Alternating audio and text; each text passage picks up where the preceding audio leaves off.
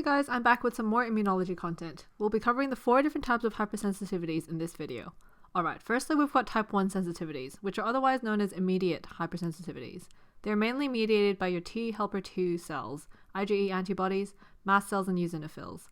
So we start off with our allergens, as an example pollen, which are taken up by antigen presenting cells in the body to present on their MHC class 2 complexes.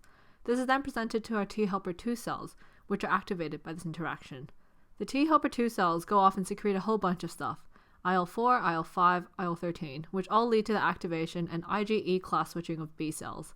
As a result of this, the B cells in the body switch on and begin to secrete IgE antibodies, which are capable of binding to other cells in your body, like your mast cells and eosinophils, via the Fc receptors.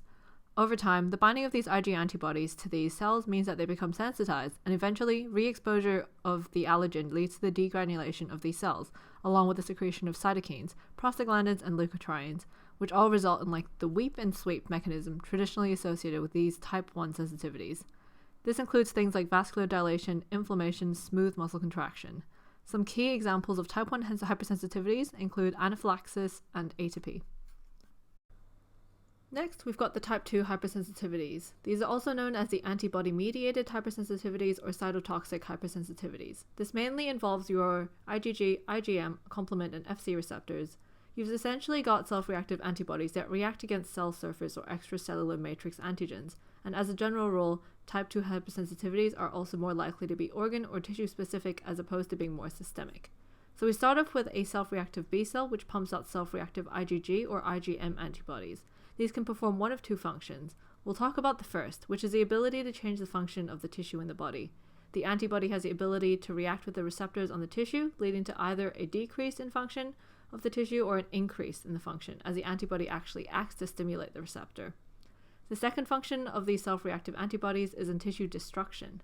The antibodies tack onto a cell in the body and can act to directly mobilize natural killer cells via the interaction with the Fc region on the antibodies, or they can secrete complement proteins, leading to the opsonization of the cell, formation of membrane attack complexes, or recruitment of neutrophils, which cause damage directly by the release of toxic materials. Some key examples of type 2 hypersensitivities where there is a change in function caused by antibodies includes Graves' disease and myasthenia gravis, and an example of a type 2 hypersensitivity where there is damage caused to the tissue is autoimmune hemolytic anemia, where the antibody attaches to and destroys the body's red blood cells.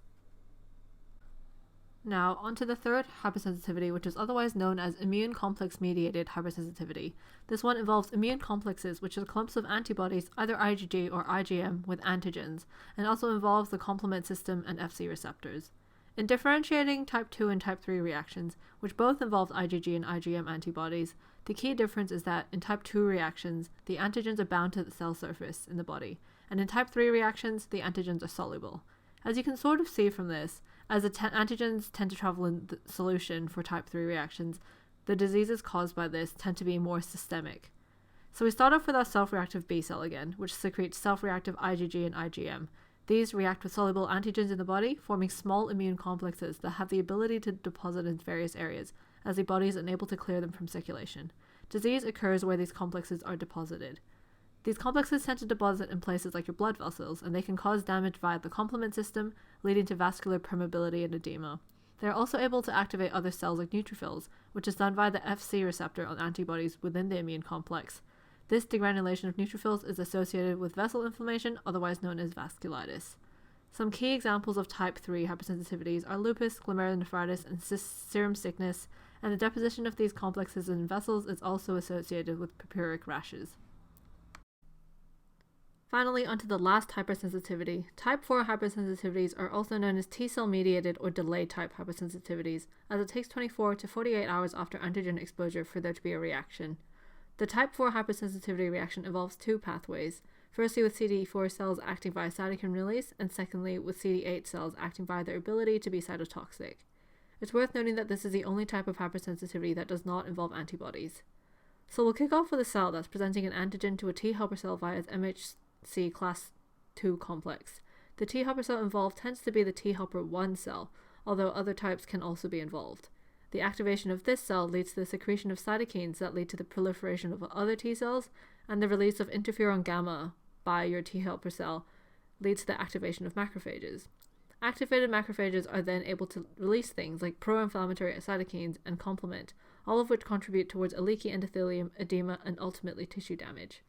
Cells can also present antigens on their MHC class I complexes, which activate CD8 T cells in the body. Once these are activated, they transform into cytotoxic T cells and can directly cause damage in the body via perforins and the release of granzymes.